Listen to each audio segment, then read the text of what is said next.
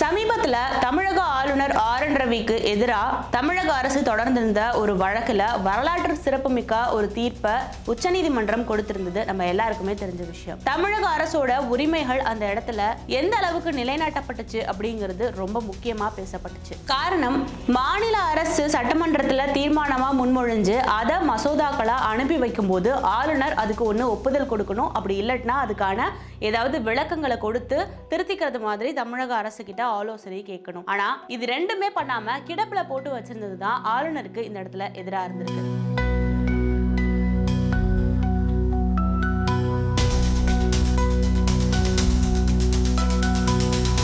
சட்டவிரோதமா இப்படி அதிகாரத்தை பயன்படுத்தியிருக்காரு அப்படின்னு சொல்லி ஆளுநருக்கு, மாநில அரசுக்கு பல அதிகாரங்கள் இருக்கு, ஆளுநருக்கு அது இல்ல அப்படின்னு சொல்லி ஆளுநரோட அதிகாரங்கள் இந்த இடத்துல பறிக்கப்பட்டிருந்தாலும் இன்னும் சில குறிப்பிடத்தக்க அதிகாரங்களை ஆளுநர் கையில தான் வச்சிருக்காரு அப்படிங்கிறது இந்த தீர்ப்புக்கு அப்புறமா தெரிய வந்திருக்கு. சில குறிப்பிட்ட அதிகாரங்களை குறிப்பிட்டதான் ஆளுநருக்கு எதிராக தமிழக அரசு அந்த வழக்கு தொடர்ந்துச்சு.